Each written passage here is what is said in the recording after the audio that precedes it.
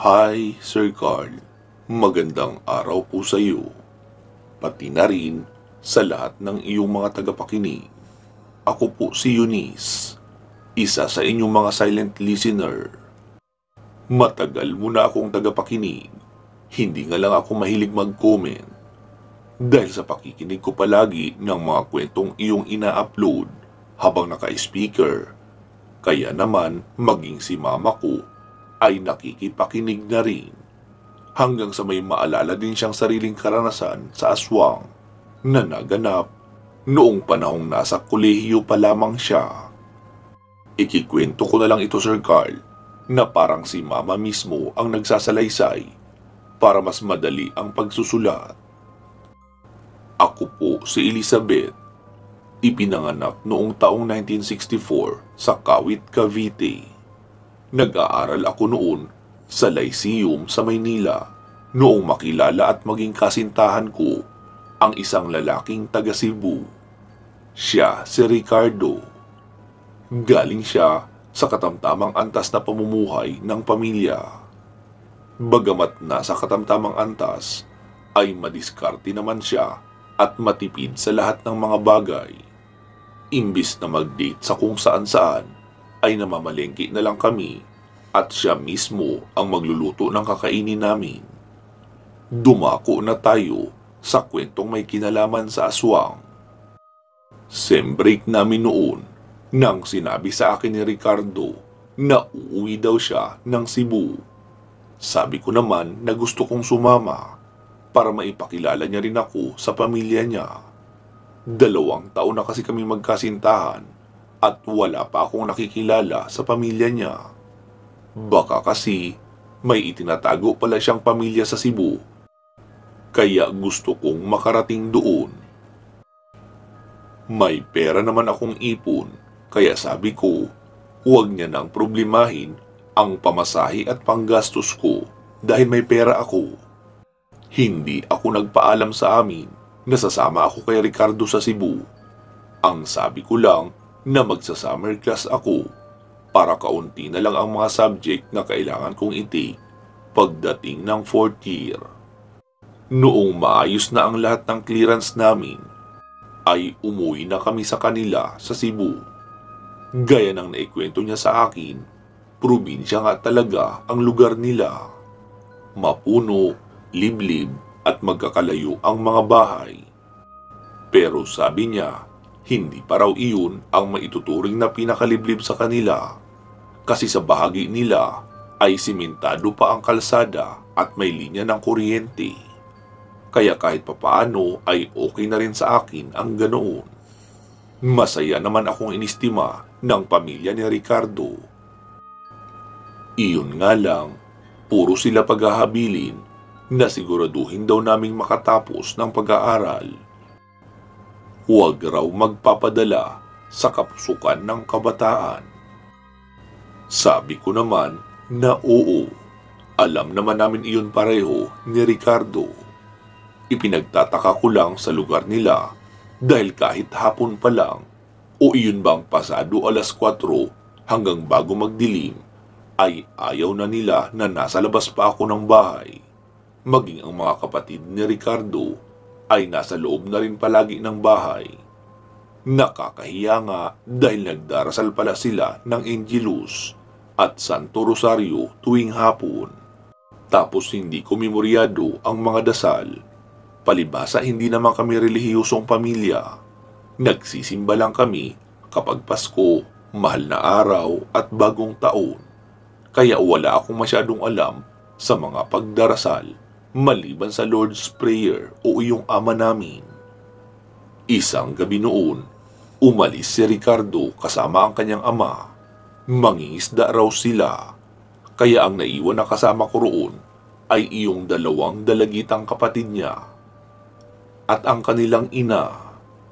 Kaso, naroon ang ina nila sa silid, kasama ang bunso na nasa 3 taong gulang pa lamang.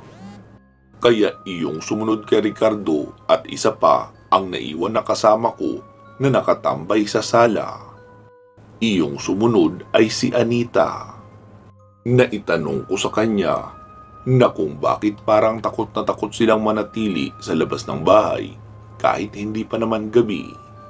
Sabi niya naman na may nabibiktima raw na aswang sa lugar nila.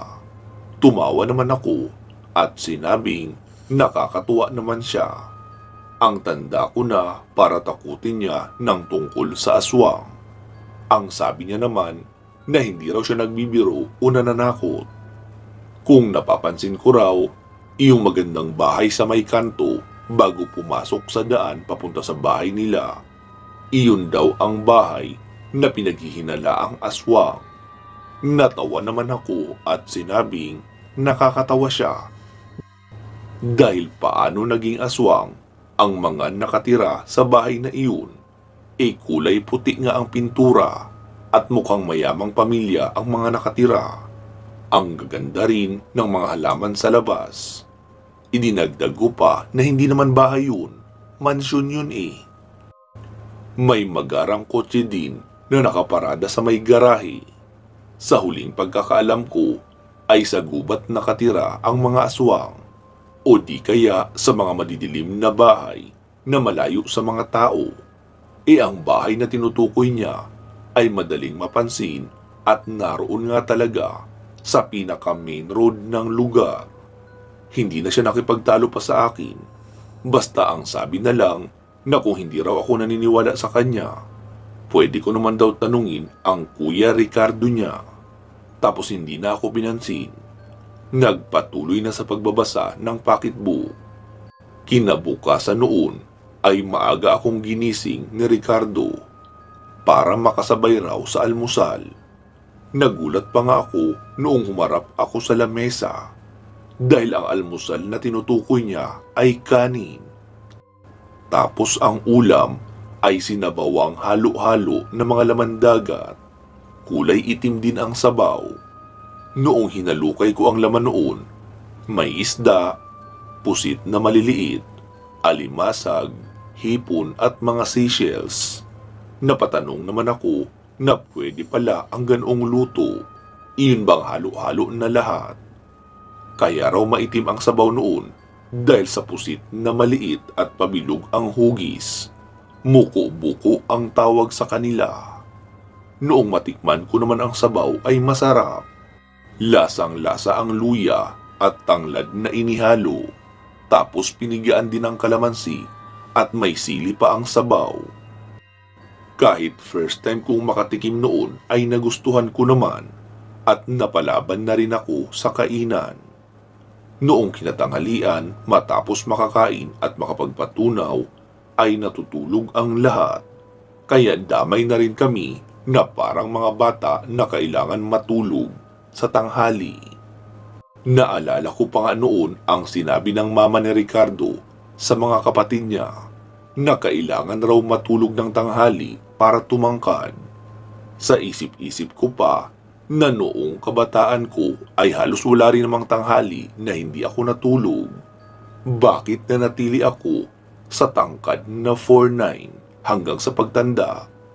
Ibig sabihin, sinungaling din si mama ko. Kasi iyon din ang sinasabi niya dati sa akin, natatangkad. Bakit hindi naman ako tumangkad? Natatawang turan ko pa noon sa isipan ko. Nakatulog na rin ako noon. Tapos pasado 2:00 ay nagising ako. Nakaramdam kasi ako ng pagkaihi. Nakita kong gising naman ang tatay ni Ricardo. Naroon sa kusina. Nagtatahi ng lambat niya. Habang nasa banyo ay napansin kong nagkaroon pala ako ng buwan ng dalaw. Wala pa naman akong dalang napkin. Kaya dali-dali akong nagtungo sa kwarto at gumawa na lang muna ng pansamantalang pasador. Tapos umalis ako ng bahay para bumili sa tindahan na nadaanan namin noong papunta. Medyo malayo iyon sa bahay nila Ricardo. Ayoko namang mang-istorbo sa kanila para magpasama lang na bumili ng napkin. Nahiya rin ako na magpaalam sa tatay ni Ricardo para sabihin aalis ako at bibili ng napkin. Kaya umalis na lang ako nang walang pinagsasabihan. Habang naglalakad ay napansin kong parang walang katao-tao sa daan. Naisip ko na lang na marahil nagpapahinga ang mga tao o di kaya nasa kanilang mga bukid. Bago ako makarating sa tindahan ay may nakita akong sasakyan na papasalubong sa akin ang direksyon. Tapos noong bago tumapat sa akin ay bumagal ang takbo na para bang pinagmamasdan ako ng kung sino mang nasa loob. Tinted kasi ang salamin kaya hindi kita ang sakay. Nagmadali akong maglakad dahil malapit na lang din naman ako sa tindahan. Pagkarating ko sa tindahan ay agad kong sinabi ang aking bibilhin.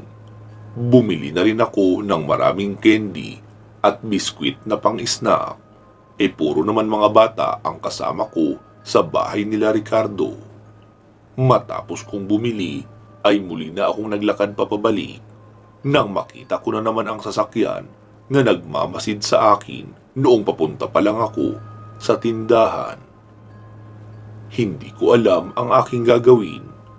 Hindi ko rin alam kung dapat ba akong bumalik sa tindahan dahil baka kasi kidnapper iyon. Mabilis ang takbo ng sasakyan tapos muling bumagal sa tapat ko.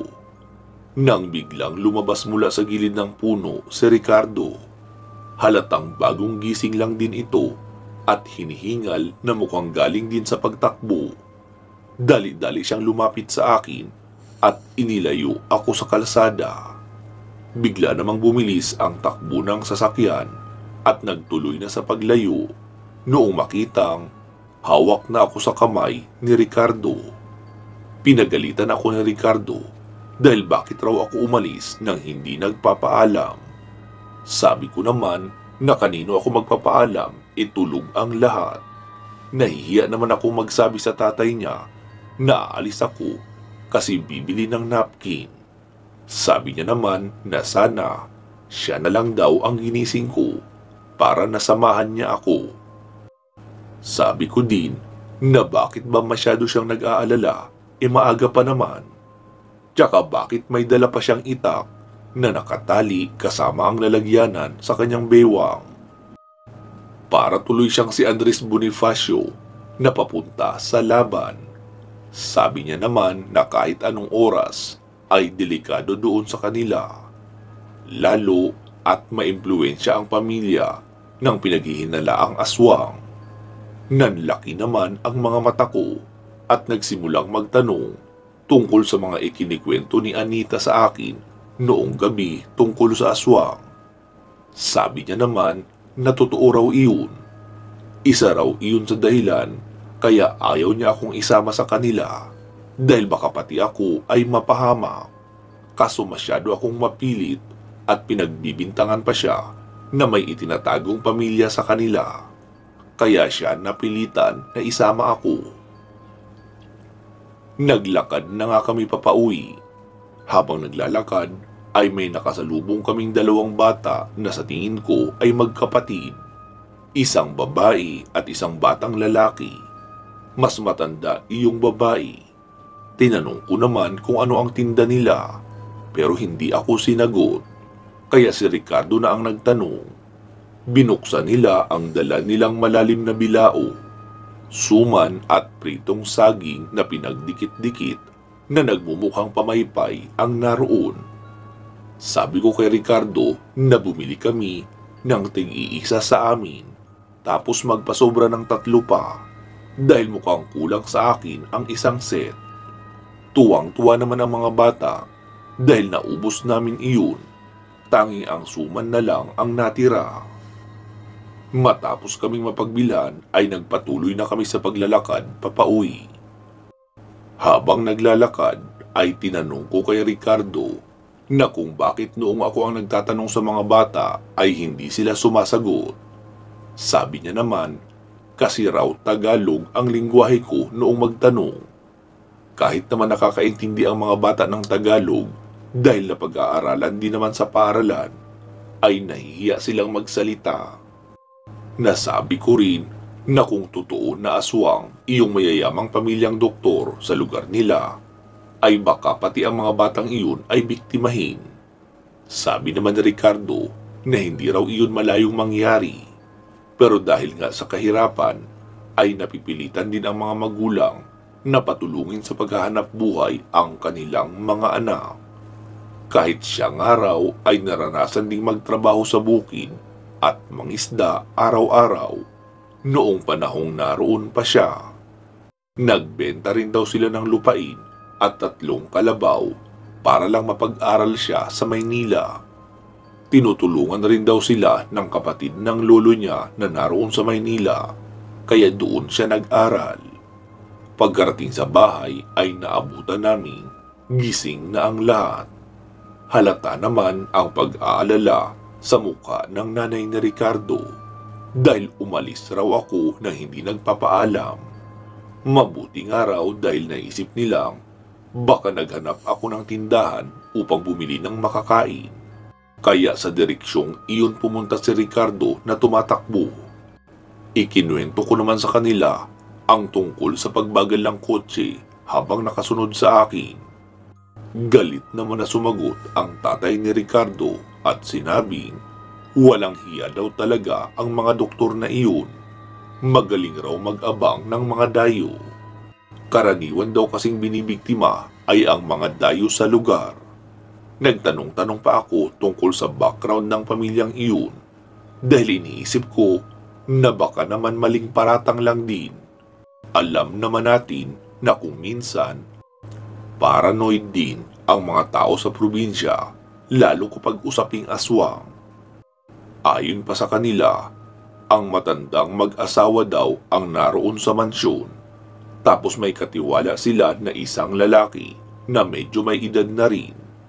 Sa tuwing makalawa ay pumapasok sa compound ng pamilya ang isang sasakyan na serbis ng punerarya sa bayan na napag-alaman nilang pag-aari ng anak na doktor noong mag-asawa. Pareho raw kilalang doktor ang mag-asawang iyon, tapos 2 sa kanilang anak ay nagdoktor din. Tapos ang pangatlong anak ay nagnenegosyo. Ang nakakapagtaka lang daw dahil anong gagawin ng sasakyan ng punerarya sa bahay ng mga matatanda kada makalawa o 3 beses sa isang linggo na parang may regular na dinideliver. Kaya nagkahinala sila na mukhang mga laman loob mula sa punerarya ang inihahatid. Minsan na rin daw may nakakita na may ibinababang katawan ng tao mula sa sasakyan at doon dinala sa kusina. Isa raw ang kwentong iyon na magpapatunay na aswang ang pamilyang doktor. Pagkatapos namin mag-usap-usap, ako naman ang kinausap ng nanay ni Ricardo ng masinsinan. Ang sabi nito, kung maaari raw ay umuwi na ako sa Maynila kinabukasan. Hindi raw nila masisiguro ang kaligtasan ko dahil tuso raw ang pamilyang iyon. May mga tauhan silang pwedeng utusan na dumukot sa mga taong gusto nilang biktimahin. Mabuti raw sana kung katulad lang ng mga pangkaraniwang aswang na aaswangin ang target nila, mag-aanyong hayop sa gabi at mag-aabang sa dilim. O di kaya papasukin ka sa bahay nang hindi mo nalalaman. Kung ganoon lang daw ay pwedeng maiwasang mabiktima dahil meron namang paraan, kagaya ng ginagawa nila na hindi lumalabas kapag papadilim na. Tapos palaging may mga pantaboy sa aswang, gaya ng pausok at pagsaboy ng asin. Pero kung ako na raw ang target noong mag-asawang doktor, ay baka abangan lang ako ng mga tauhan at bigla na lang kidnapin. Ayaw raw nilang may masamang mangyari sa akin. Mahabang paliwanag pa ng nanay ni Ricardo. Sumang-ayon naman si Ricardo. Dagdag pa niya na hindi niya ako masasamahan sa pag-uwi. Ihahatid niya na lang daw ako sa airport. Maging ako man ay kinakabahan na rin dahil sa mga kwento nila sa akin. Kaya pumayag na ako na umuwi agad ng Maynila. Tutal nagawa ko na rin naman ang pakay ko. Iyon ay ang alamin kung wala ba talagang itinatagong pamilya si Ricardo sa akin. Magtatagal pa raw kasi doon si Ricardo, Kasi wala pa naman siyang gagawin sa Maynila kung luluwas siya agad. Iyon na nga ang nangyari. Noong muli kaming magkita ni Ricardo sa Maynila ay kinumusta ko ang pamilya niya. Ang sabi niya naman na ilang beses raw nilang namataan na tila may nagmamasid sa kanila. Mabuti raw at nakauwi ako agad. Tapos tinanong niya ako kung naaalala ko pa raw ba iyong mga batang binilhan namin ng pritong saging na pangmeryenda. Sabi ko naman na oo. At bakit niya nabanggit ang mga iyon? Ang sabi niya na wala na raw ang dalawang batang iyon. Mukhang nabiktima na ng pamilyang mayamang aswang. Sabi ko naman na papaano niya nasabi. Ayon pa raw sa kwento, noong dalagitang naroon nagbabantay sa tindahan, narinig niya raw na nagsisigaw ang magkapatid pero malayo pa sa tindahan nila. Sumilip daw siya. Pero dahil naka-screen ang harapan ng tindahan, kaya hindi niya masyadong makita ang nangyayari. Pero sigurado raw siyang iyon ang boses ng magkapatid dahil kilala naman nila iyon at madalas ding dumaan sa kanila upang bumili ng kung ano-anong kailangan. Tapos maging sila ay suki rin ng mga panindang pangmeryenda noong magkapatid. Ilang saglit lang ay nawala na ang sigaw noong dalawa. Tapos dumaan sa harapan ng tindahan ang sasakyan noong mayamang doktor. Kinagabihan din daw noon ay pumunta doon sa tindahan ang nanay noong magkapatid at nagtatanong kung nakita nilang dumaan ang dalawa doon. Hindi raw masagot ng dalagita na direkta niyang nakita kasi hindi niya naman talaga nakita. Ang sinabi niya lang ay parang narinig niya ang boses na umiiyak o sumisigaw ng tulong, pero nawala rin bigla. Kinabukasan ay kasama na ang mga tanod na nagtatanong-tanong kung may nakakita sa dalawang bata, pero walang makapagsabi kung saan maaaring naroon ang dalawa. Napatanong naman ako kay Ricardo na bakit kasi pinaglalako ang ganun kabatang edad. Bakit hindi iyong ina ang naglako? Ang sabi naman ni Ricardo na 3 ang anak ng ginang at sanggol pa ang bunso. Masyado pang bata para iwanan. Patay na rin ang asawa noon. Namatay sa isang away inuman. Kaya tanging ang nanay na lang ang nagtataguyod sa kanyang 3 anak. At iyon nga ang kanilang ginagawa.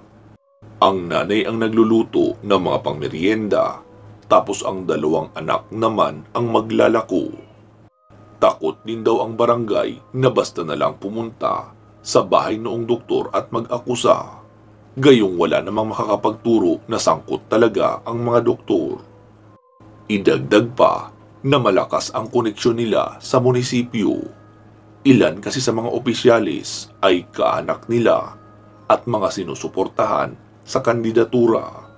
Kaya masasabing pader ang babanggain ng kung sino mang magpaparatang sa pamilya ng kahit ano. Wala nang araw nagawa ang ginang at tinanggap na lang ang pagkawala ng kanyang 2 anak kahit hindi man lang nakamit ang hustisya.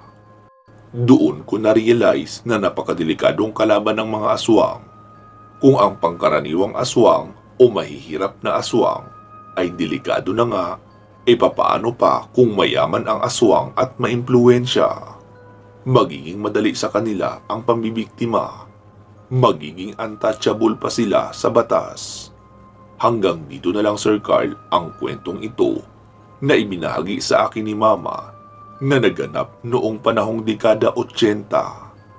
Panahong nasa kolehiyo pa siya. Lubos na gumagalang Eunice at Elizabeth ng Kawit, Cavite. Hi, Sir Carl.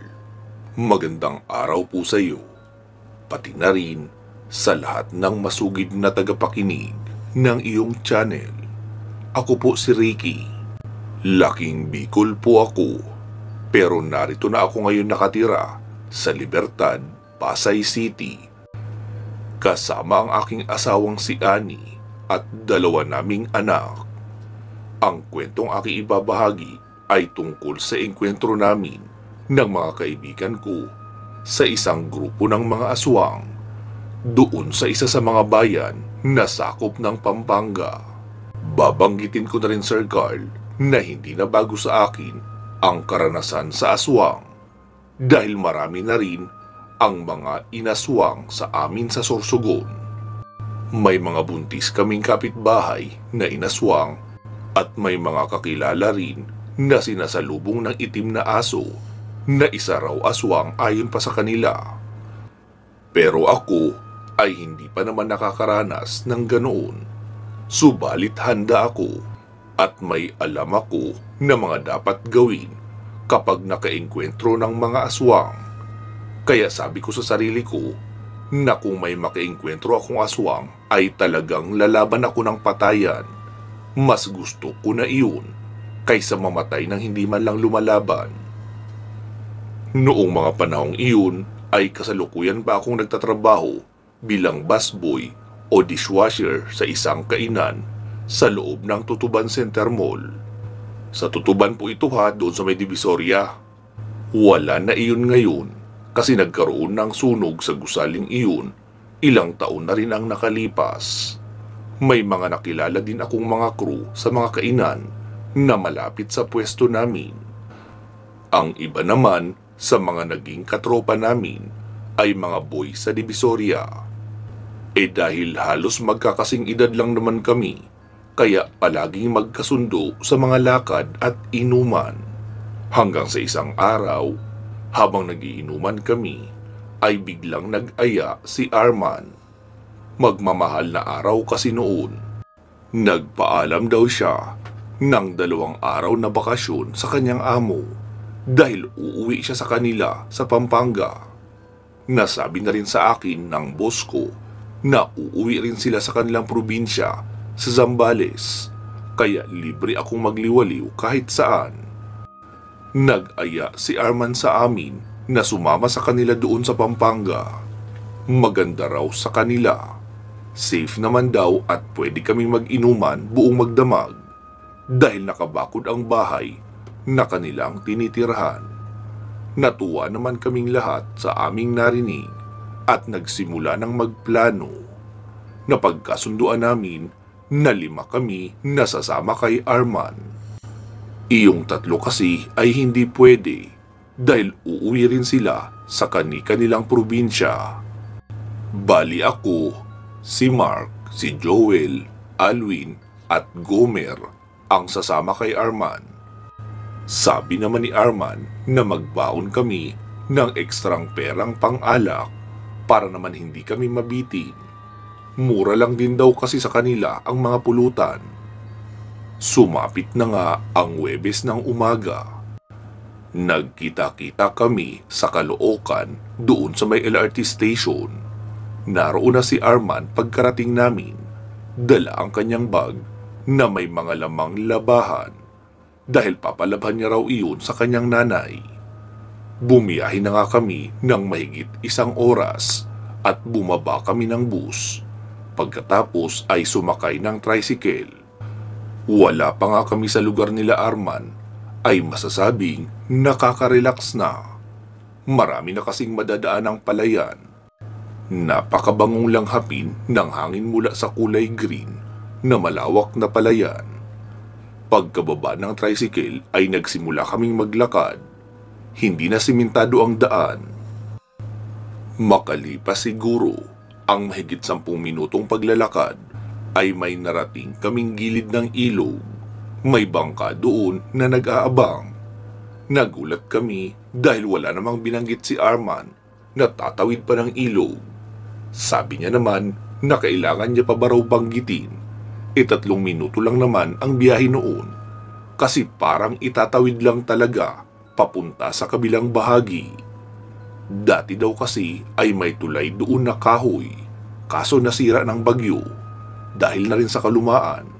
Tapos hindi naman pinagawaan ng gobyerno ng tulay kasi hindi rin naman ganoon karami ang naninirahan sa kabilang bahagi.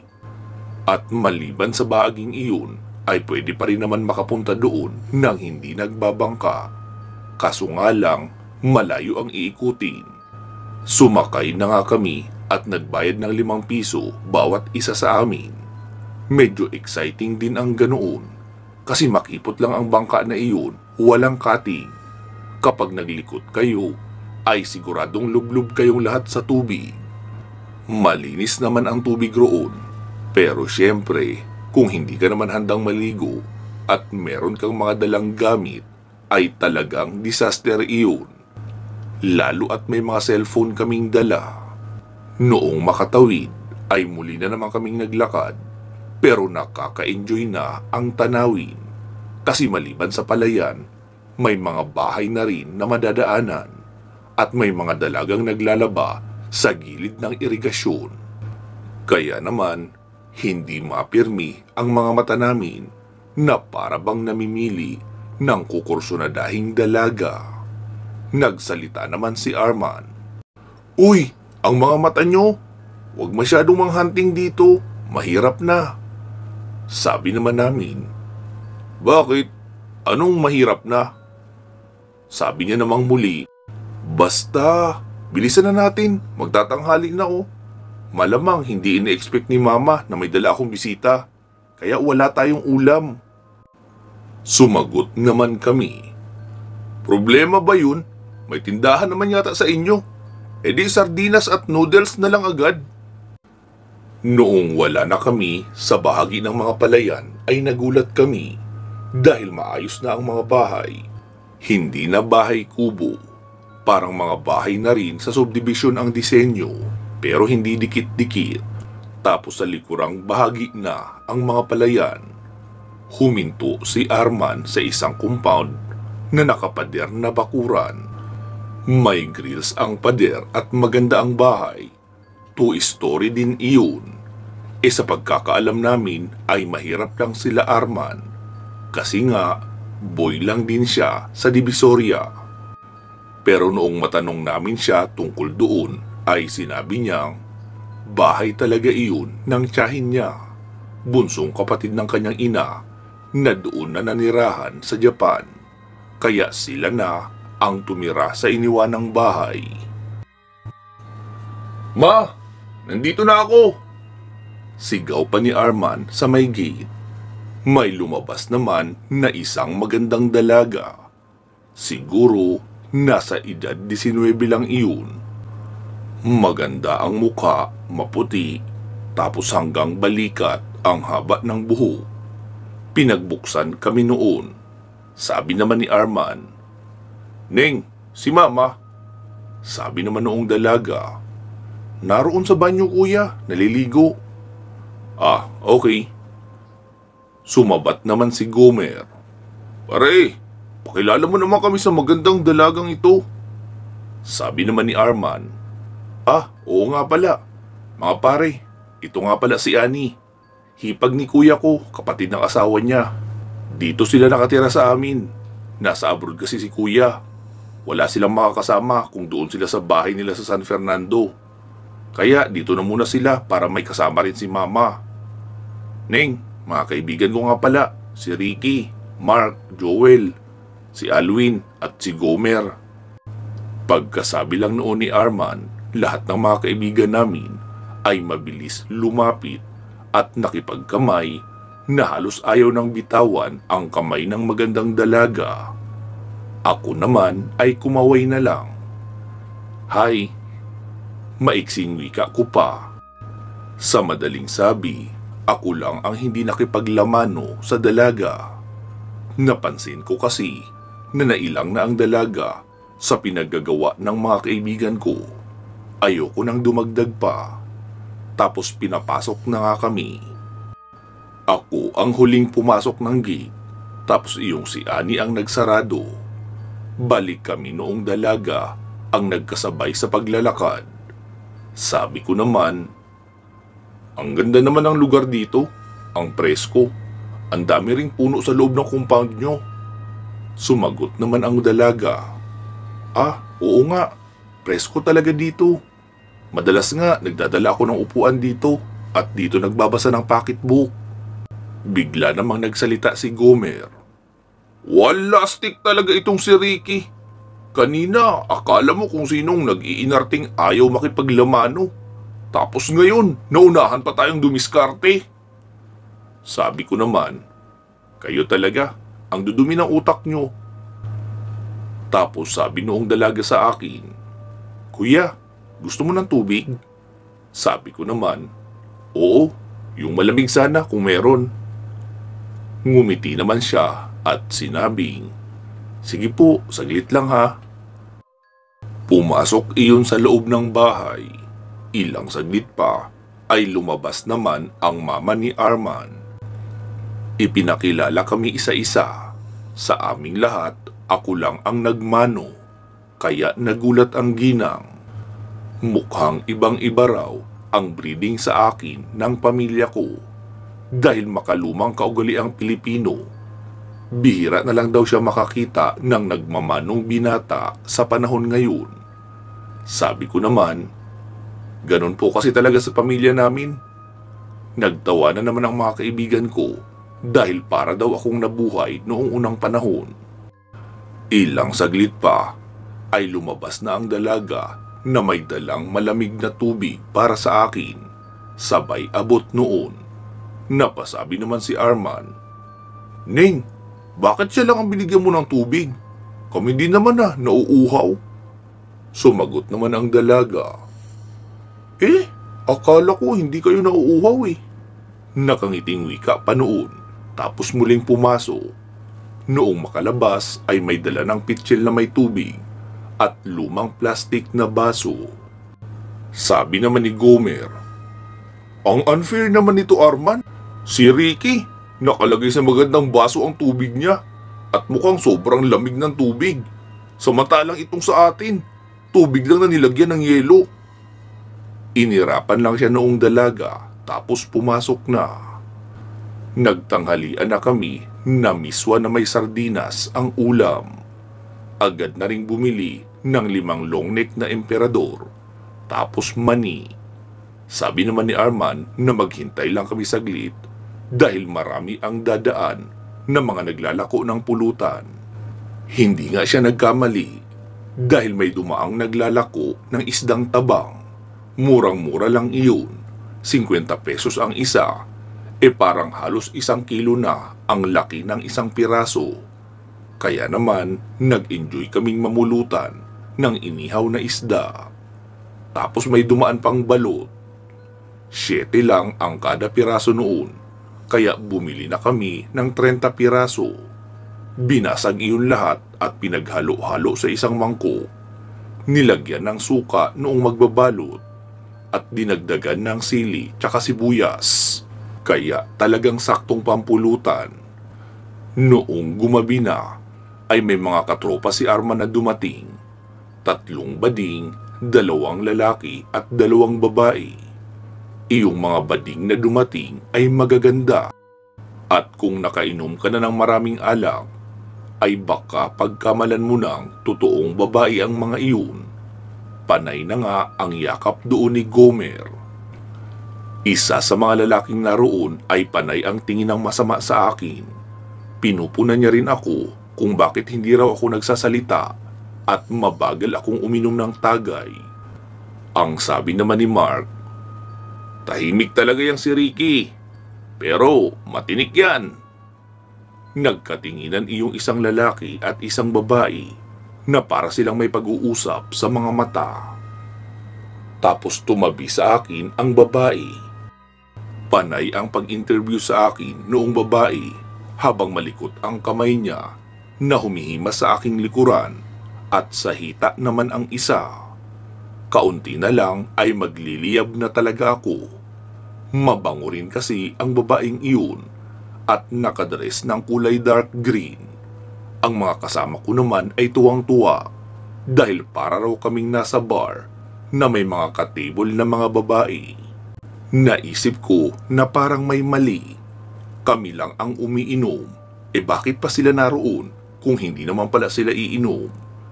Tapos kung makayakap sa amin ay para talaga silang mga babae sa club. Si Arman naman ay lasing na. Panay na nga ang pagkakahulog niya sa upuan. Wala kasing sandalan iyon. Iyon bang bilog na monoblock? Ako naman ay nahihilo na rin, pero pinaglalabanan ko kasi hindi ako pwedeng magpakalasing sa lugar na hindi ko naman teritoryo. Sumapit ang pasado 10:00 ng gabi.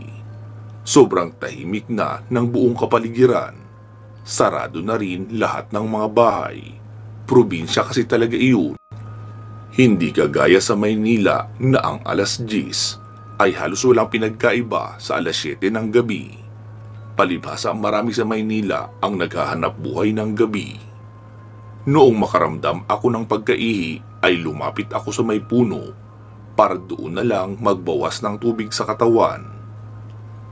Nakita kong may cellphone na kumakaway sa akin sa may likuran ng kusina. Pilit kong inaaninag kung sino pero madilim talaga. Tanging ang liwanag ng cellphone lang ang nakikita ko. Kaya matapos kong makaihi ay lumapit ako para tignan kung sino. Noong makalapit ako ay agad akong hinawakan sa kamay at hinila sa likuran ng bahay. "Ani? Bakit?"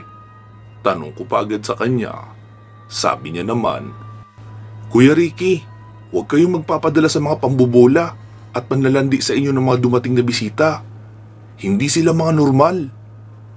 Sabi ko naman, "Ha? Hindi normal? Siguro nga, ang gaganda nila eh. Kahit nga yung mga bading ay magaganda rin at ang lalaki pa ng dibdib." Sinampal niya naman ako na sadya kong ikinagulat. "Kuya Ricky, makinig kang mabuti. May usap-usapan ng mga aswang ang magtutropang iyan. Dayo lang dito yung dalawang babae. Magkapatid sila. Tapos, naging kaibigan nila yung 3 bading at 2 lalaki.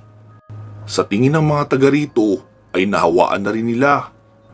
Marami na ang mga dayo ng mga binata rito ang nawala at hindi na talaga natagpuan pa." Sabi ko naman na nagbibiro, "Talagang aswang ang mga iyan kasi masarap silang aswangin eh. Sayang din naman, ang gaganda eh." Hinila niya naman ako sa mukha, papaharap sa kanya. "Sigurado ka? Nagagandahan ka roon? So ibig sabihin, hindi ka nagagandahan sa akin?" Sinagot ko naman siya, mas maganda ka siyempre doon." Muli naman siyang nagsalita, "Yun naman pala eh, kaya huwag ka nang bumalik doon. Mapapahamak ka lang." Sabay siil niya na sa akin ng hali. Nagulat ako sa ginawa niya. Habang magkadikit ang aming mga labi, ay nakabukas naman ang aking mga mata na panay ang tingin sa paligid. Nag-aalala kasi ako dahil baka may makakita. Lagot talaga ako sa pamilya ni Arman. Hanggang sa tuluyan na nga akong madala. "Kuya Ricky, doon tayo sa kwarto ko." Sabi niya pa sa akin. Sumagot naman ako, "Baka mahuli tayo doon." "Hindi tayo mahuhuli. Nasa taas ang kwarto nila ate at ni Aling Sylvia. Ako lang ang natutulog sa kwarto sa ibaba. May lock naman yun." Sumama na nga ako sa kanya. Sa kusina kami dumaan para walang makapansin. Noong makapasok sa silid, ay doon na nga nangyari ang masayang selebrasyon ko ng aking bakasyon.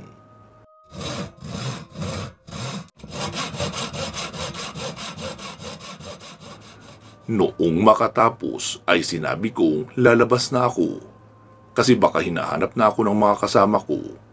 Pumayag naman siya, matutulog na rin daw dahil gabi na.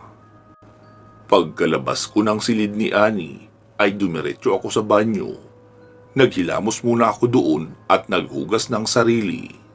Nilaban ko na rin muna ang panyo na pinagputukan ko ng kasalanan. Pagkalabas ko ng banyo ay napansin kong hindi na masyadong maingay. Pagkarating ko nga sa terrace sa labas ay sina Arman at Joel na lang ang naroon. Parehong nakadukdok ang ulo sa lamesa at tulog. "Arman! Arman! Nasaan na sila?" Tanong ko pa dito. Sumagot naman siya ng Ungol lang ang isinagot sa tanong ko. Lintik talaga. Baka totoo nga ang sinasabi ni Ani. Baka makain na ng mga aswang ang mga kasama ko. Wika ko pa sa aking sarili. Dali-dali na akong nagtungo sa kwarto ni Ani. Mabuti na lang at hindi siya nag-lock. Ani! Ani! Gumising ka muna! Ha? Bakit? Gulat na tanong niya pa. Wala na ang mga kaibigan ko. Mukhang dinala na sila noong mga bisita. Sabi niya naman, ano ba yan? Bakit ba kasi kayong mga lalaki? Makakita lang kayo ng malaking dede, nalulusaw agad ang mga utak nyo. Nakalimutan ba ng dalawang kaibigan mo na mga bading iyong nilalamasan nila ng dibdib? Sumagot din naman ako. Malamang nawala sa isip nila dahil lasing na nga. Sige na, samahan mo ako sa bahay ng mga iyon. Muli naman siyang sumagot. Alam mo ba na walang pumupunta sa bahay ng mga iyon? Yung bahay na ginagawa nilang tambayan? Sabi ko naman, wala na akong choice. Hindi pwedeng pabayaan ko lang ang mga kaibigan ko. Basta ha, ituturo ko lang, tapos uuwi na ako. Ayoko pang mamatay, bata pa ako eh. Gusto ko pang maranasan uli yung ginawa natin kanina. Tsaka, gusto ko pang makita ang magiging lahi ko. Sabi ko naman sa kanya, oo, ayos lang. Basta ituro mo lang sa akin yung bahay na yun. Bumangon na nga siya at nagsuot ng pantalon at sweater. Matalahib daw kasi ang lugar noong mga dalaga na hinihinalang mga aswang. Humiram na rin muna ako ng itak at ibinuhos ang isang garapong asin sa isang plastik. Hindi ko rin alam noon kung tama bang gisingin ko pa ang nanay ni Arman at kung ano naman ang sasabihin ko.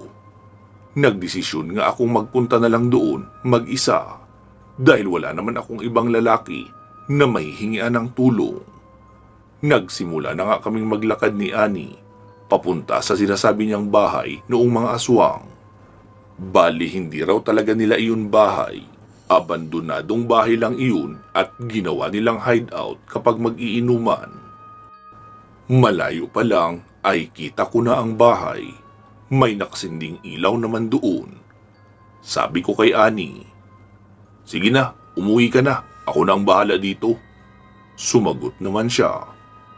Sige ha, mag-iingat ka. Tapos binigyan niya ako ng isang madiin na halik na animoy huling paalam na namin sa isa't isa. Naglakad na nga ako papunta doon sa may kubo. Bali madadaanan muna ang mga palayan. Naroon sa unahan ang kubo. Tapos sa likuran noon ay kasukalan na. Naririnig ko ang tawanan ng mga naroon sa loob. Naghintay muna ako ng tiyempo bago sumilip sa bintana. Nakita kong abala na silang lahat na sumisipsip sa magkabilang braso at leeg nila Joel, Alwin at Gomer. May emperador din na alak sa lamesa na kung hindi ako nagkakamali ay dinala nila iyon mula doon sa bahay nila Arman. 3 pa lang kasi ang nauubos namin, tapos may isang nasa lamesa na may bawas at nawawala na ang pang-5. Nagiinuman pala sila at ang dugo ng mga kaibigan ko ang ginagawa nilang pulutan. Naisip ko nga na mabuti at ganun pa lang, hindi pa nila kinakatay ang mga kaibigan ko. Kahit nanginginig na ang kamay ko, ay pilit kong pinapatapang ang aking sarili. Naroon na ako at may pagkakataon para iligtas ang aking mga kaibigan. Kung hindi ko yun gagawin, ay baka ako pa ang pagbintangan na gumawa sa pagpatay ng mga kaibigan ko. Huminga ako ng malalim, sabay tayo at nagsaboy ng isang dakot na asin. Gulat naman ang mga iyon na tinakpan ang kanilang mukha. Hindi ko alam kung dahil ba iyon sa takot silang masunog ang mukha nila ng asin o takot lang silang mapuwing. Tumalo na rin ako sa bintana papasok, sabay taga agad sa batok noong isang lalaki na nakayuko. Tapos tinadyakan ko na rin ang likurang bahagi ng binti. Pagkalingon ko naman sa isa ay papalingon na rin iyon sa akin. Kaya mabilis kong winasiwas patalikod ang itak at tinamaan iyon sa mukha. Tapos binalya ko na rin siya gamit ang aking katawan. Nakita kong umangil na ang 3 bading at 2 babae. Hindi naman sila sumugod agad noong iwas-iwas ko ang itak sa harapan nila. Dinampot ko ang long neck ng emperador na kaunti pa lang ang bawas at ibinuhos sa muka nila Mark, Alwin at Gomer. Nagising naman sila at pupungas-pungas dahil napasukan ng alak ang ilong. Nakahiga kasi sila noong buhusan ko. Sabi ko naman, "Magsibango na kayo! Kumuha kayo ng armas! Mga aswang ang mga bisita ni Arman!"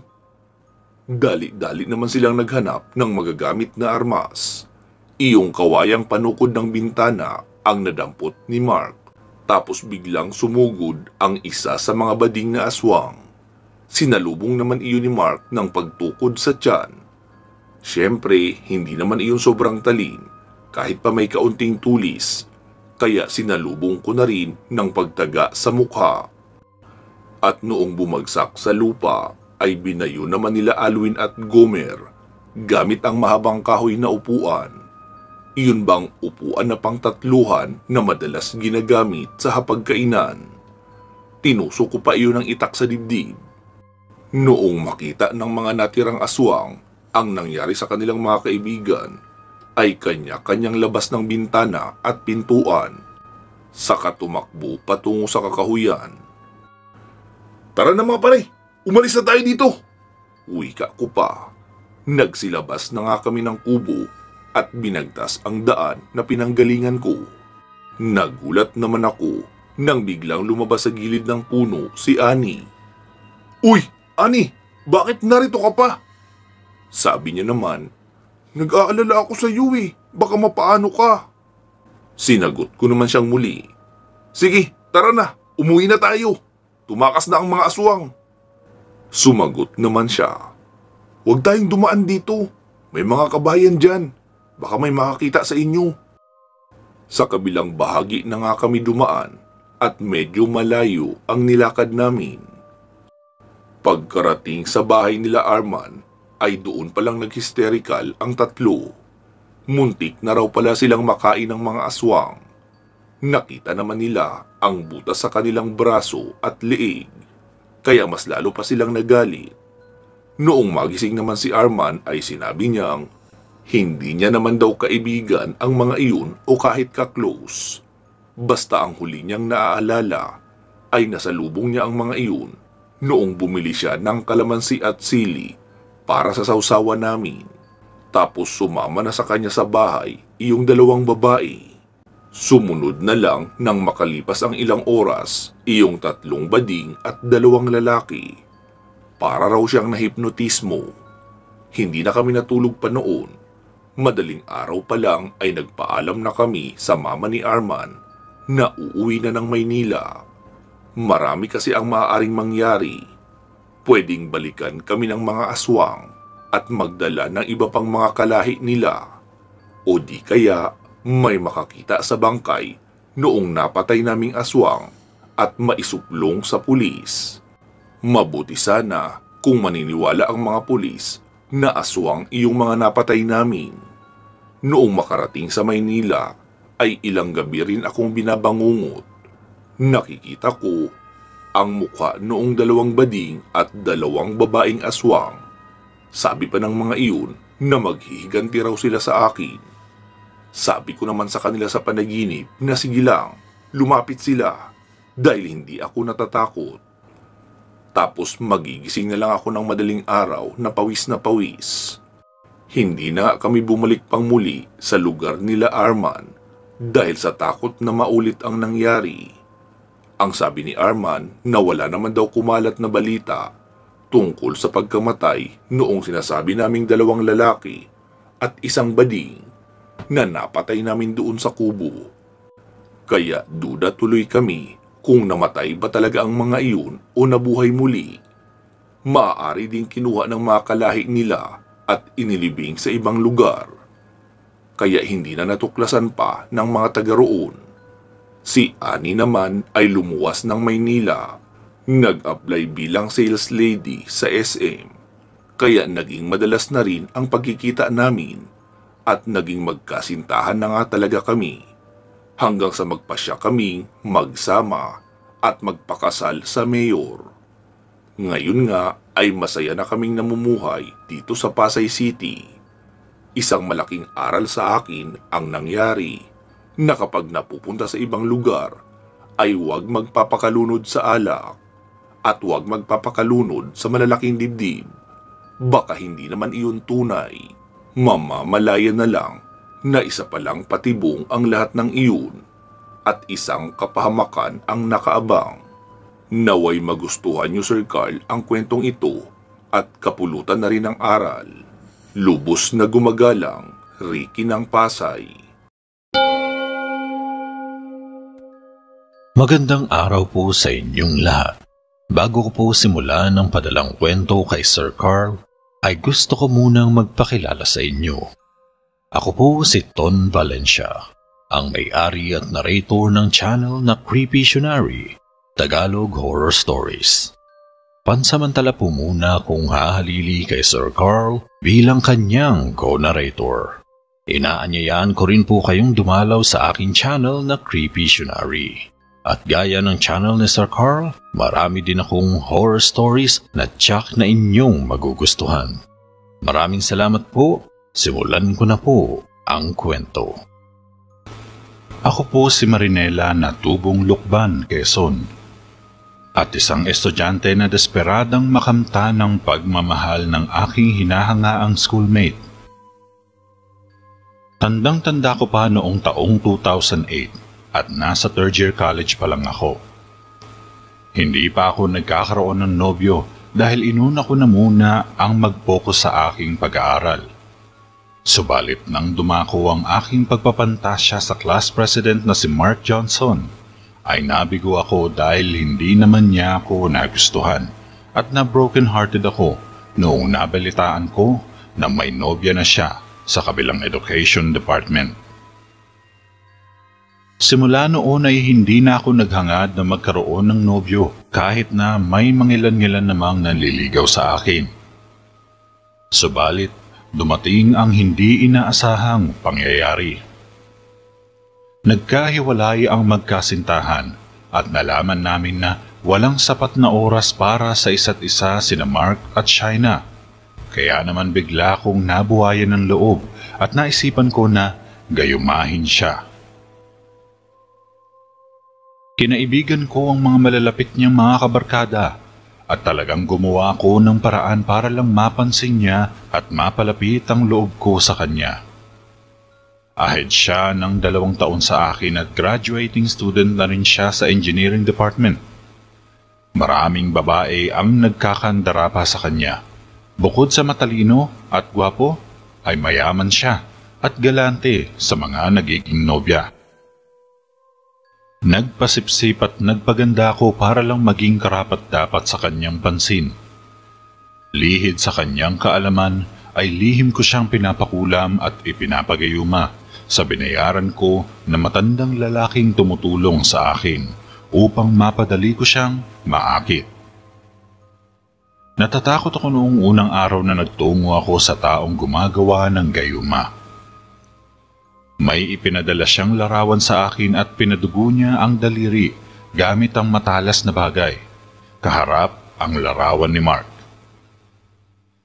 Ang pagtusok sa aking daliri ay lumikha ng kaunting patak ng dugo at inihalo niya iyon sa isang malinis na tubig na hinaluan niya ng kakaiba pang likido na hindi humahalo ang kulay sa tubig.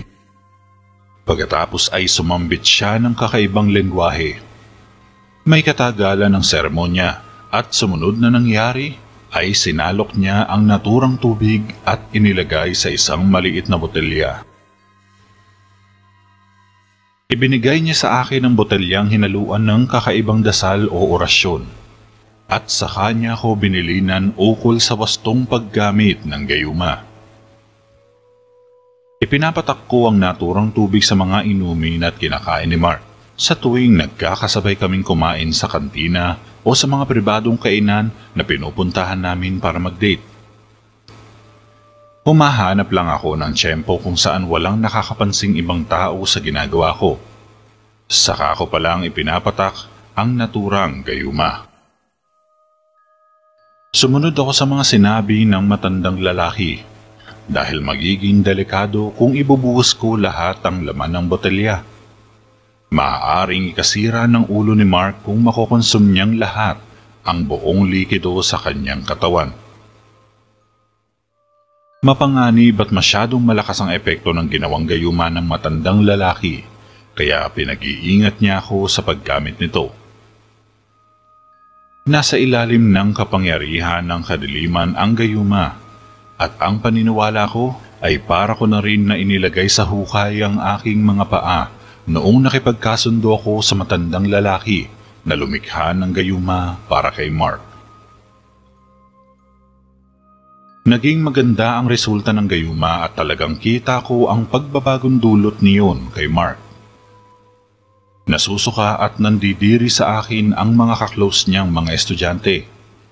Pinandidilatan nila ako ng mga mata at sinisipat ng mabuti na parang sinusukat ang aking buong pagkatao.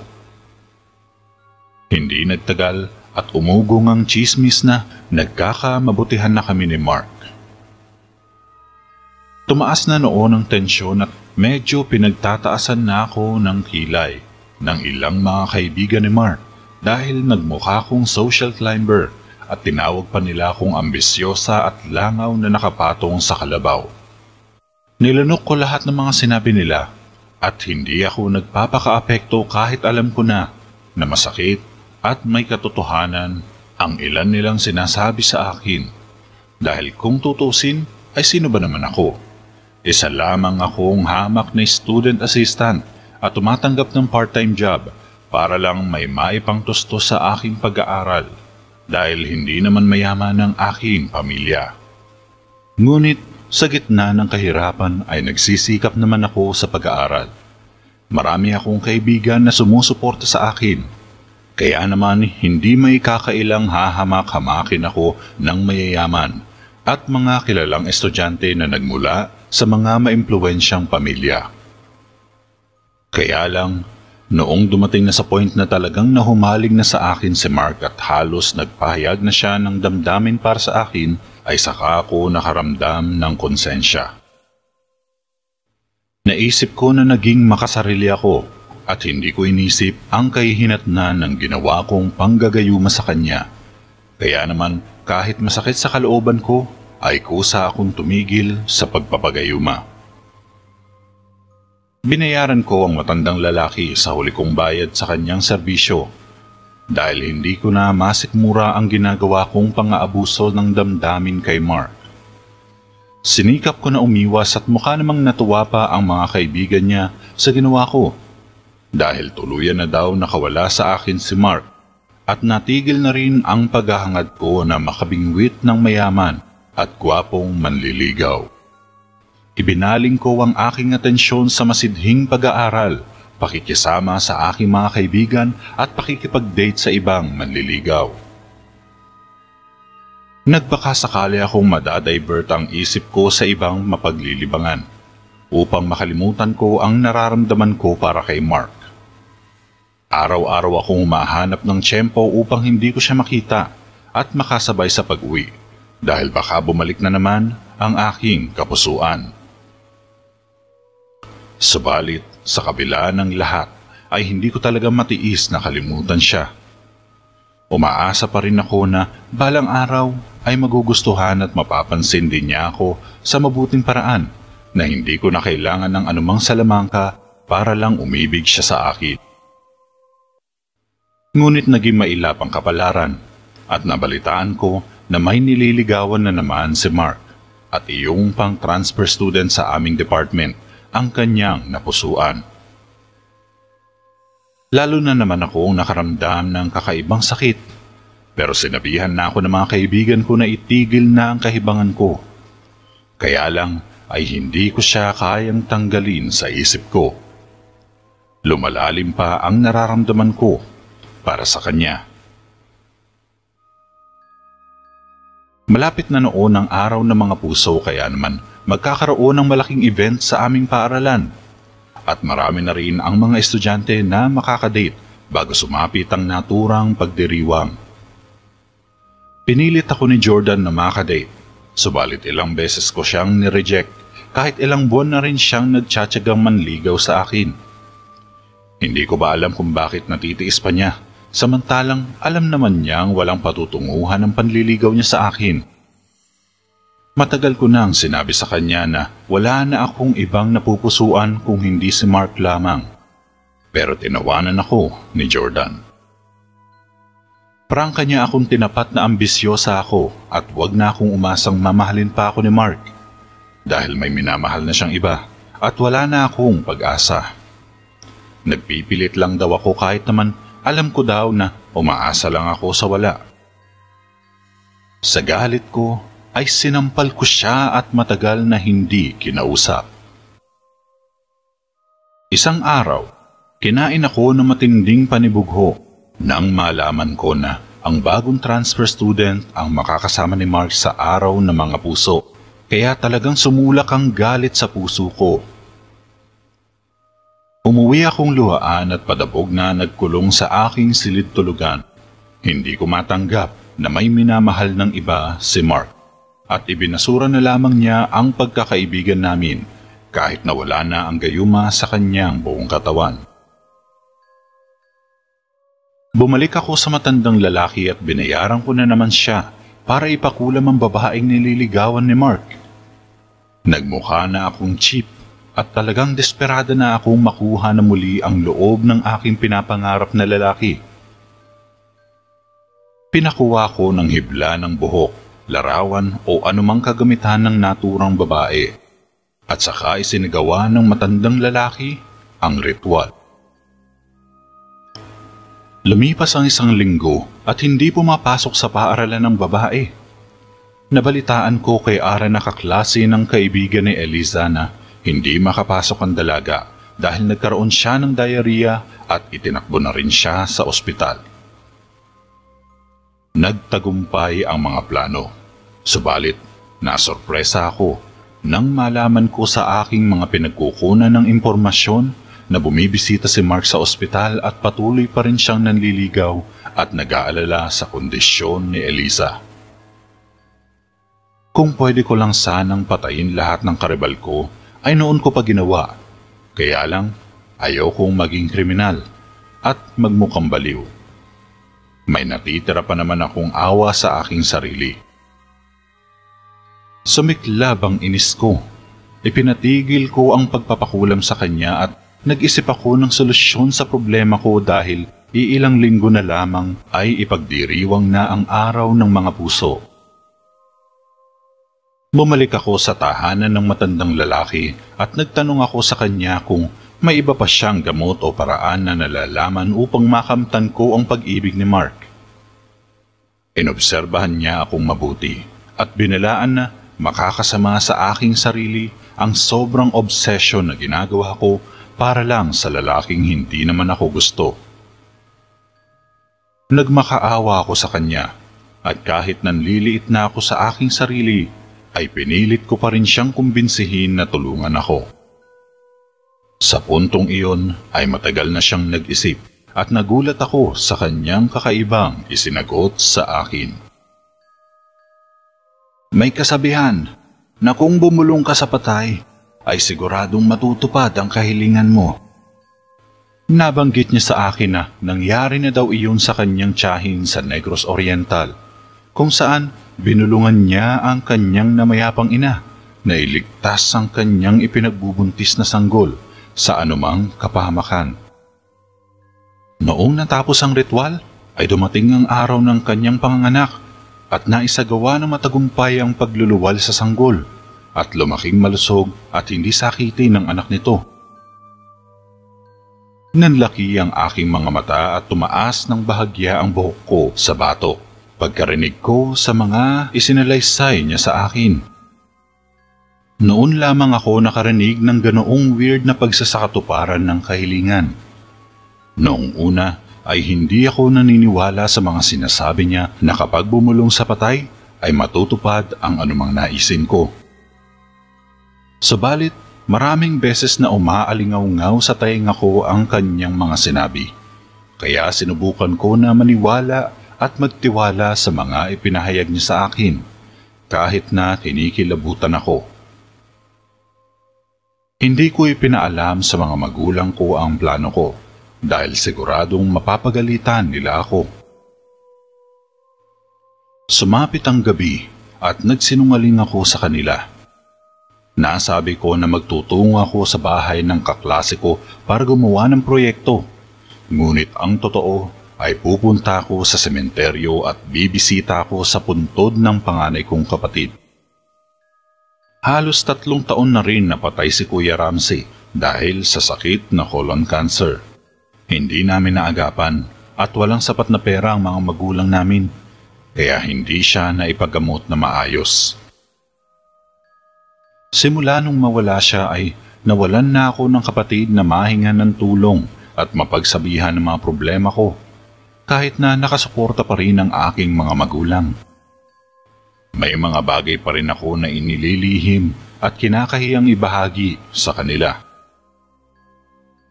Tanging ang kapatid ko lang talaga ang lubos na nakakaintindi sa akin, at kahit patay na siya, ay dinadalo ko pa rin siya sa sementeryo kung saan nakakapagbuhos ako ng sama ng loob at hinanakit ko sa buhay.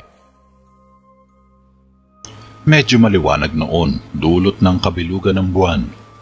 Hindi naman ako natakot dahil alam ko na may caretaker na nagtatago sa paligid, at saka hindi naman dapat katakutan ng mga patay dahil hindi na sila mabubuhay pa. Mas dapat katakutan ang mga buhay dahil may kakayahan silang gumawa ng krimen. Nagtungo ako sa isang malaking moseleo na kinatatayuan ng nitsyo ng aking kapatid. May duplicate naman ako ng susi kaya madali ako nakapasok sa loob. Luminga-linga ako sa paligid at wala namang kahit na anong ligaw na hayop o tao na matatagpuan sa labas, kaya nagumpisa na akong magsalita. Kinausap ko ang aking kapatid ukol sa problema ko kay Mark. Naging mukha kong katawa-tawa dahil lumagulgol pa ako ng pag-iyak habang nagsasalita mag-isa. Sa sobrang desperada kong magka-boyfriend ay binulungan ko ang puntod niya. Inihiling ko na sana magustuhan ako at maging nobyo ako ni Mark sa araw ng mga puso. Yun ang bulong ko. Noong una, walang nangyari. Hanggang sa biglang kumulog ng malakas at kasabay na kumidlat. Parang hinatulan ng langit ang kahilingan ko. Napansin ko sa malayong dako ng kalangitan, sumabog ang matinding pagkidlat at talagang nanlaki ang aking mga mata. Nanierbiyos ako sa malakas na dagundong ng kidlat sa buong kalupaan. Hindi naman nagbadya ng pagbuhos ng ulan, subalit nang biglang tumigil ang malakas na dagundong, ay naisipan ko na lumabas sa moseleo. Sapagkat nilukuban ako ng matinding takot nang patuloy na humahangin ng malakas at halos nagsisipagbagsakan ang mga dahon sa mga sanga ng punong kahoy. Ikinandado ko ang moseleo at mabilis akong kumaripas ng takbo. Hindi na ako lumingon pa sa direksyon na pinanggalingan ko sa takot na baka kung anong kababalaghan ang magpakita sa akin sa kalaliman ng gabi. Nag-abang ako ng sasakyan at mabuti na lang at may dumating na tricycle driver. Makalipas ang kalahating minuto ay nakarating na ako sa bahay namin.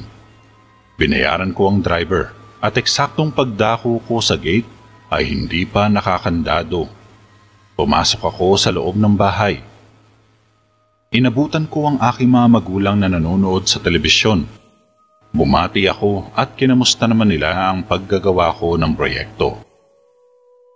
Pero, syempre, hindi ako nagpahalata.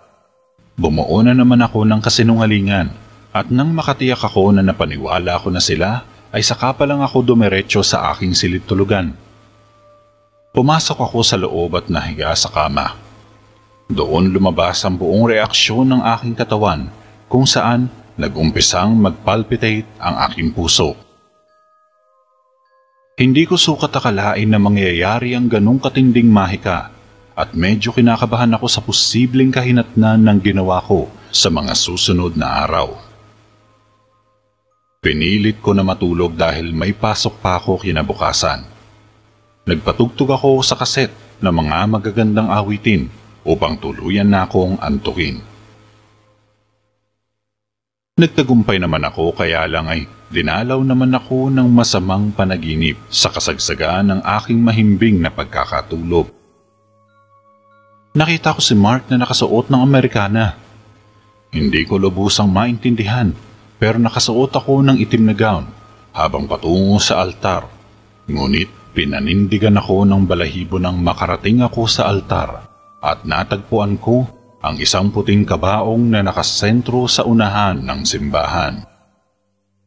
Pagtingin ko sa salamin ng kabaong ay nakita ko ang imahe ni Mark. Paglingon ko ay nakita ko ang bangkay na naaagnas na lalaki na nakatayo sa aking harapan at nakasuot ng Amerikana. Sinakal niya ako at hindi na hinahayaang makasigaw. Nawalan ako ng malay. Idinilat ko ang aking mga mata at sa sobrang gulat ko ay napaektad ako sa kama. Eksaktong pagbangon ko ay tumunog ang aking cellphone. Kumabog ng pagkalakas-lakas ang aking dibdib at napansin ko na tumatawag ang kaibigan ko kaya agad ko naman sinagot ang tawag. Ibinalita niya sa akin na naaksidente at tinamaan ng kidlat si Mark at itinakbo siya sa ospital. May bahagi daw ng katawan niya ang nasunog pero hindi naman daw ganong katindi. Nagimbal ako sa nangyari. Halos nabitawan ko ang aking cellphone at hindi ko na kinausap ang kaklase ko. Saglit na nangatog ang tuhod ko at makailang beses akong napaluha sa isang tabi. Nagilty ako sa nangyari, kaya lang ay wala naman akong magawa para bawiin ang mga hiniling ko sa buntod ng kapatid ko. Nag-alay na lang ako ng dasal sa Diyos na sana ay walang mangyaring masama kay Mark. Isinuko ko na rin ang aking sarili na kahit wala akong makadate sa araw ng mga puso ay makukontento na ako basta mailigtas lang ang buhay ng lalaking aking pinapangarap. Sa mga sumunod na araw ay madalas na usapan sa aming paaralan ang nangyari kay Mark at lahat halos ng mga estudyante at kakilala niya ay nag-aalala sa kanyang kalagayan. Hindi naman ako nag-usisa dahil nagigilty pa rin ako sa nangyari at ramdam ko pa rin ang bigat ng aking kalooban. Pakiramdam ko ay ako ang may kasalanan kaya ako ang dapat nasisihin sa nangyari sa kanya. Lumipas ang 2 linggo, laking gulat naming lahat nang pumasok sa paaralan si Mark at talagang nakarecover siya sa nangyari. Kahit may ilan siyang marka at peklat sa muka, gayon din sa kanyang mga braso at kamay, medyo shock pa rin siya at maputla. Pero pansin namin lahat na unti-unti na rin siyang nakakabawi ng lakas. Ayoko na sana siyang gambalain at talagang umiwas ako sa kanya. Ngunit nagulat ako nang bigla na naman siyang lumapit sa akin at binigyan niya ako ng espesyal na atensyon. Pilit ko na kinukumbinsi ang aking sarili na huwag na matukso sa kanyang kabaitan at pagiging maalalahanin. Subalit, naging marupok ako. Maraming nakapansin sa pagbibigay niya ng magandang treatment. Bagay na lubos na ipinagtataka ng aking mga kaibigan, gayon din ang mga matapobre niyang kaibigan, maging ang nililigawan niyang transfer student. Inakusahan ako ni Elisa na isa akong babaeng mga agaw, pero wala naman siyang matibay na ebidensya na inagaw ko si Mark at isa pa, nililigawan pa lang naman siya at wala pa silang relasyon. Kaya wala rin siyang nagawa para mapigilan si Mark na ibaling sa akin ang atensyon. Mismong tinapat siya ng binata na hindi na niya kayang ituloy ang panliligaw dito. At hanggang sa pagkakaibigan na lang ang pwede niyang iparamdam, kaya lalong napuot at nainggit sa akin si Eliza. Hindi ko na siya pinatulan. Hindi naman niya kami ginulo ni Mark, pero kita ko pa rin ang matatalim niyang tingin sa tuwing nakakasalubong ko siya sa hallway ng paaralan. Noong una ay naguluhan ako sa takbo ng pag-iisip ni Mark at bumabalik naman ang guilt sa puso ko, pero hindi rin nagtagal at ginusto ko na rin ang mapalapit siyang muli sa akin. Lalo pang namuhi sa akin ng transfer student na kanyang nililigawan nang makiusap sa akin si Mark na kung pwedeng siya na lang ang aking makakadate sa mismong araw ng mga puso. Hindi naman ako tumanggi at pumayag ako sa kanyang alok. Hindi ko maitago ang aking reaksyon sa masasayang ngiti habang nasusulyapan ko ang malalagkit na tingin sa akin ni Mark. Nagawa pa niya akong subuan ng cupcake. Pinunasan pa niya ng tissue ang nguso ko na may bahid ng icing. Namula ako sa sobrang hiya, pero hindi ko talaga maiwasang kiligin at mapangiti sa kanyang pagiging gentleman at maalaga. Hindi pa kami magkasintahan, pero ramdam ko na ang pagiging mapagkalinga at protective na nobyo sa akin. Nagsipagsigawan at talagang kinilig ang lahat ng aking mga kaibigan dahil ang proposal sa akin ni Mark ay nagbabadya na rin ng pagsagot ko sa kanya. Pero pinakalma ko ang aking mga kaibigan at ipinaliwanag ko sa kanila na hindi pa kami opisyal na magkarelasyon dahil plano ko na mismong sa araw ng mga puso ko siya sasagutin at gagawing nobyo. Hindi pa doon natatapos ang lahat. Gabi-gabi na rin siyang bumibisita sa aming bahay at nagbibigay ng mamahaling regalo. Kaya napagtanto ko na nagsisimula na siyang manligaw sa akin. Pumabor naman ang aking pamilya at tuluyan na akong nilubayan ni Jordan dahil sa minsan na siyang binantaan ni Mark na huwag nang ipagpatuloy ang panliligaw sa akin. Sa puntong iyon ay hinding-hindi na siya lumapit sa akin pero sinabihan niya ang aking mga kaibigan na bantayan ako ng mabuti dahil masama ang kutob niya kay Mark at tila hindi ito gagawa ng maganda lalo na sa araw ng mga puso. Hindi ko naman siya pinansin, bagkus ay nag-focus na lang ako sa panliligaw sa akin ni Mark. Sumapit ang araw ng mga puso at laking gulat ko nang may lumitaw. Si Mark Johnson, suot ang isang magarang damit. Medyo weird, pero napansin ko na cute at talagang gentleman siya. Hindi ko masisisi ang mga kadalagahan na panay ang sulyap at tingin sa kanya. Kahit naman mangarap sila at magtangkang magpaganda, ay wala na naman silang magagawa. Kung hindi, pagmasdan lang siya. Dahil ako ang maswerteng kadate ni Mark at ang pinakamasayang babae ng gabing iyon. Binulungan niya ako at hindi ko lang maintindihan kung bakit. Inakit niya ako na magpunta sa sementeryo at doon kami mag-date. Pero naisip ko na medyo exciting ito kesa sa mga boring na date sa restaurant, kaya pumayag na rin ako. Hindi na namin natapos ang programa at bigla kaming tumakas. Hindi naman ako nahabol ng aking mga kaibigan dahil pasimple kaming gumawa ng palusot upang mapagtakpan ang tunay naming hangarin. Nagbiyahe kami ng ilang minuto bago nakarating sa may sementeryo.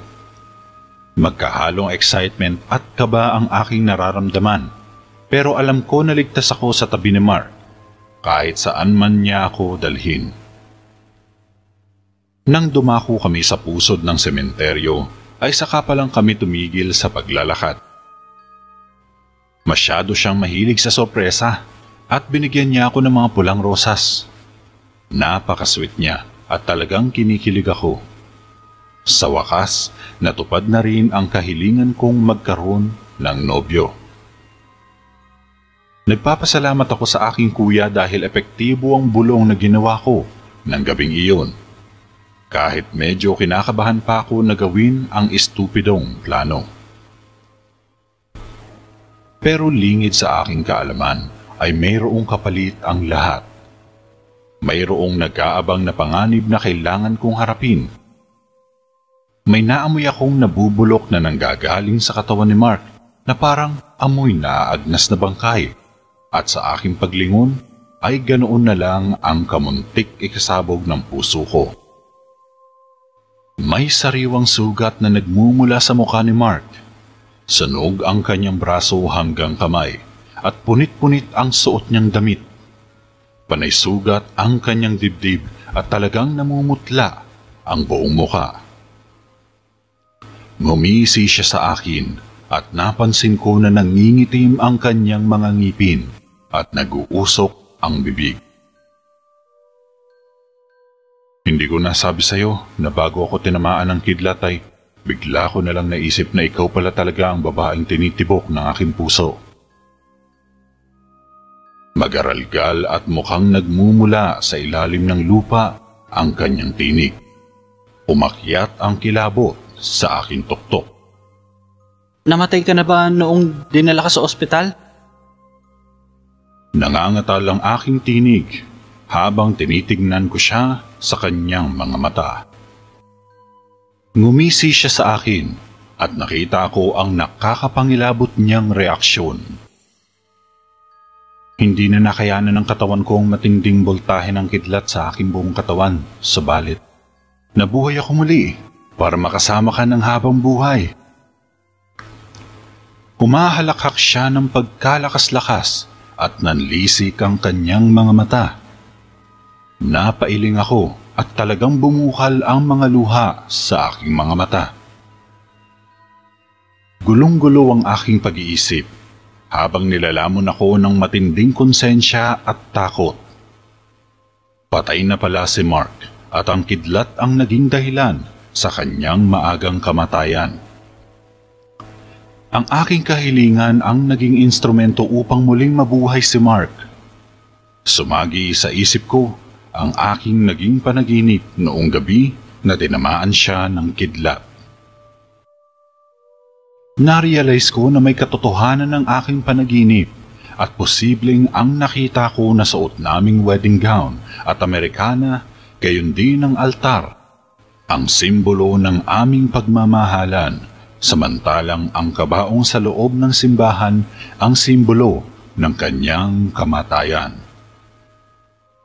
Sa mga sandaling iyon ay hindi ko matagalan ang mga lumilitaw na uod mula sa loob ng kanyang mga nagbabagang mga mata, gayon din ang nag-uusok niyang bibig na may asupre at nabubulok na laman.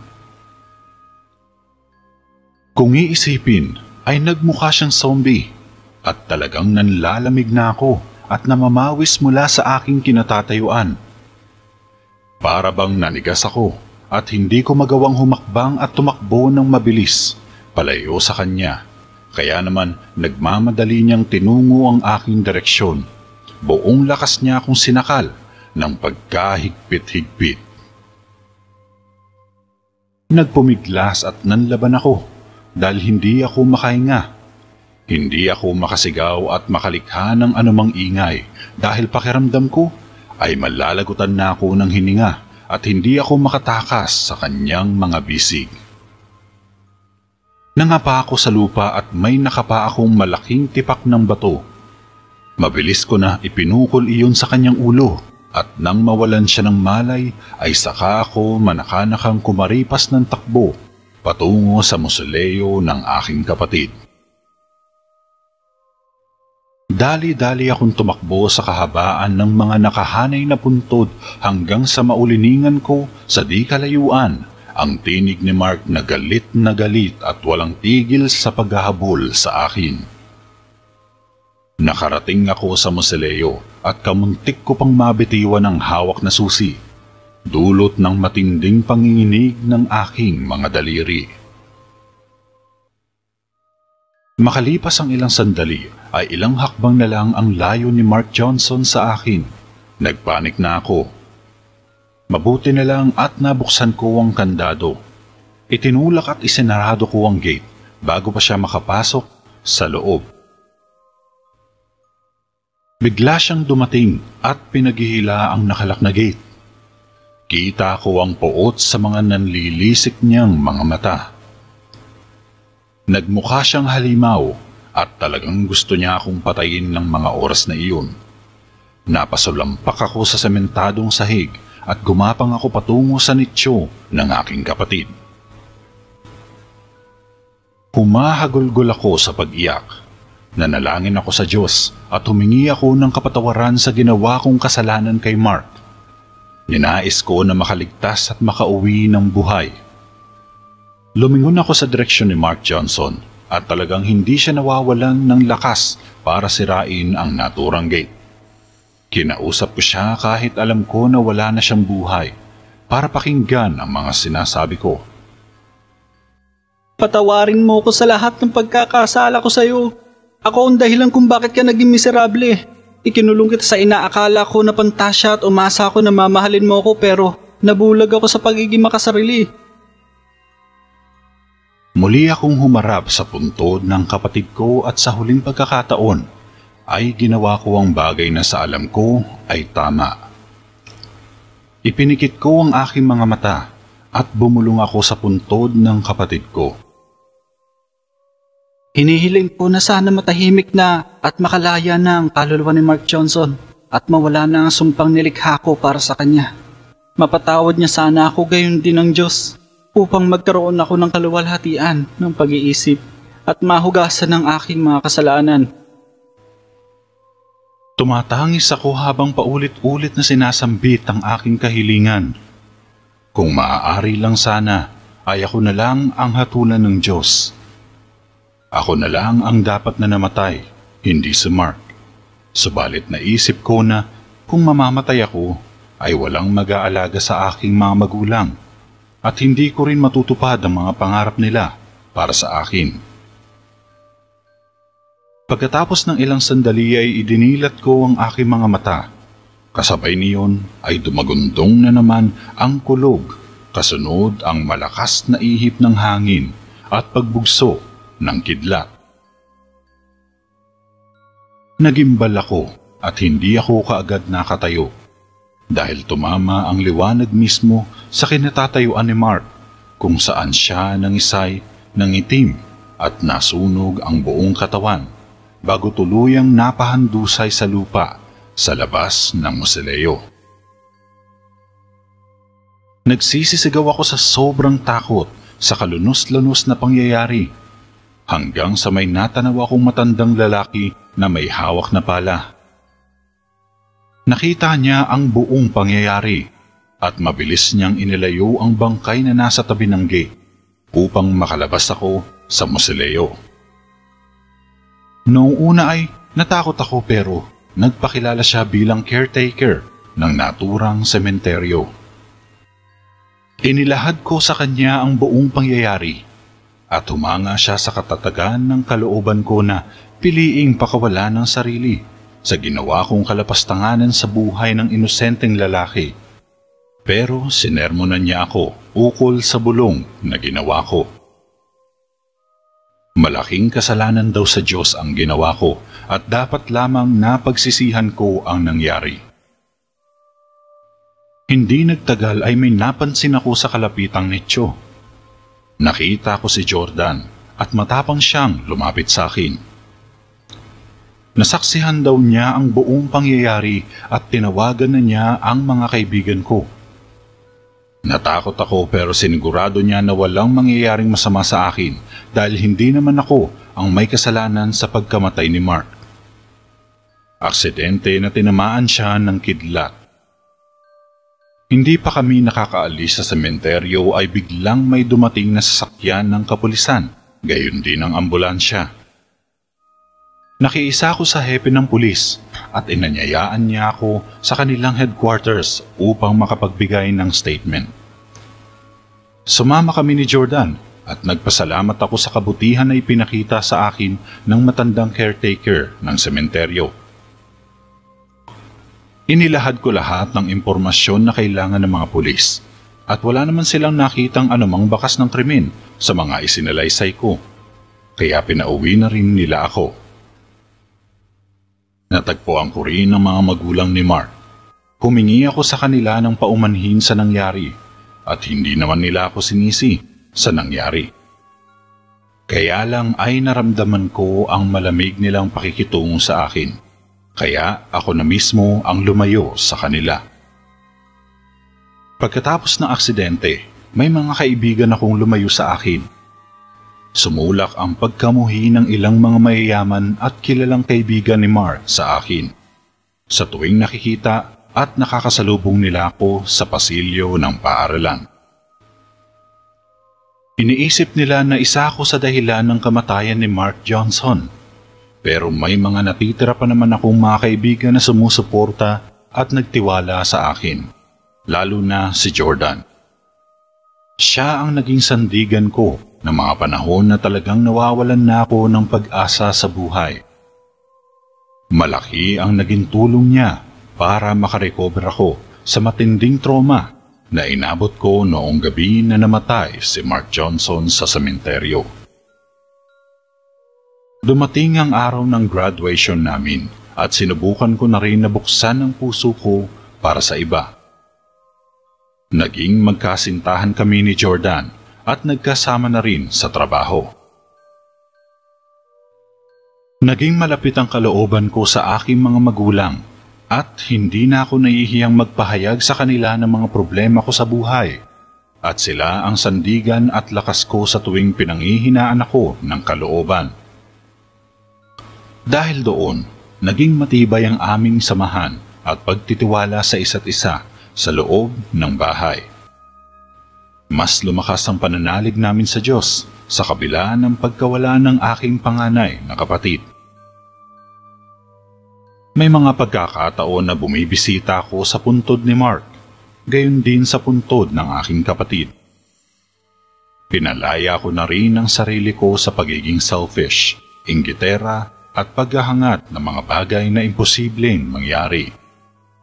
Nakontento ako sa pagmamahal at suporta na ibinibigay ng mga mahal ko sa buhay.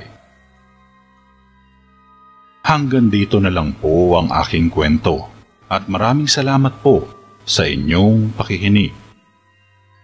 Lubos na gumagalang, Marinela. Mag-iingat po kayong palagi at hanggang sa muli.